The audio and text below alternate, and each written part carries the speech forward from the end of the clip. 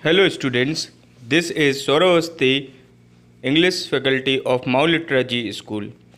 Today I am here with the third chapter of Flamingo of class 12th.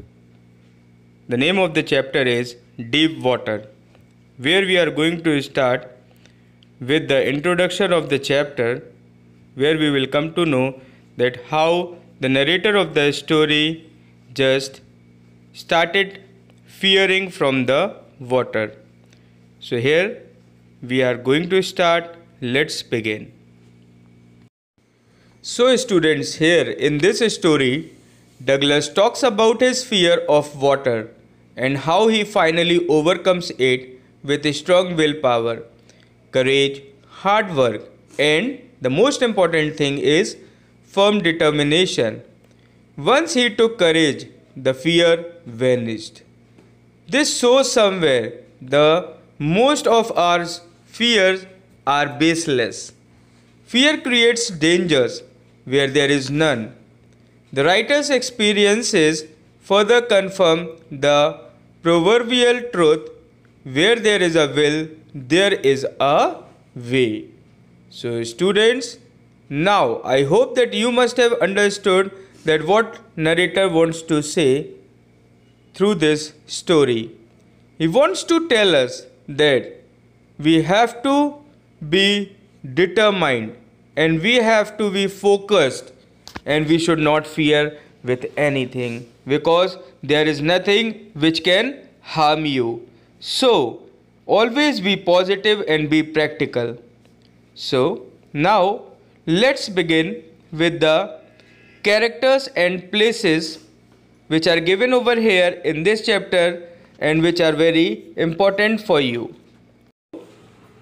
These are the important things over here which are related to the chapter, like Douglas, who is the narrator of the story, YMCA pool, a swimming pool runs by Young Men's Christian Association, and the most important, Yakima. Yakima is a US city located about 60 miles southeast of Mount Rainier in Washington. So, now students, we are going to start with the important points which are related to the chapter. So, from the beginning to the end, the points are as following. William O. Douglas had a desire to learn swimming since childhood, but at the age of 3 or 4, he was knocked down and worried by a wave at a beach in California. He developed a great vision to water. At the age of 10 or 11, he decided to learn to swim with water wings at the YMCA pool since it was safe at the shallow end. A misadventure took place when he was of 10 to 11. While sitting alone waiting for others to come at the YMCA pool, a big boy came and threw Douglas into deep end of the pool. Douglas swallowed water and went straight down to the bottom of the pool. While going down, he planned to make a big jump upwards but came up slowly. Tried to shout, but he was unable to do that also. So students, as he went down the pool second time, he tried to jump upwards, but it was a waste of energy now for him, because he have already lost his that much of energy, where now he was unable to do or unable to take any action now to save himself.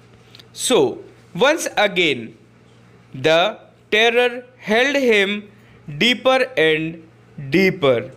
That means again fear in him.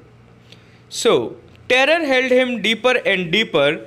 During the third trial, he sucked water instead of air. That means now the water has started going inside his body.